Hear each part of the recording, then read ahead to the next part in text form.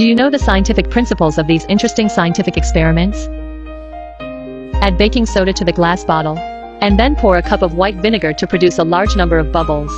Pour the invisible gas into another glass bottle to witness the miracle, and the burning flame is extinguished.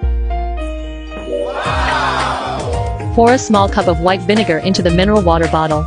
Add 2 spoonfuls of baking soda to the balloon, and put the balloon on the bottle. When the baking soda in the balloon enters the bottle, the balloon will expand automatically. Wow! Light several candles on the plate. Pour water around and cover with the glass cover.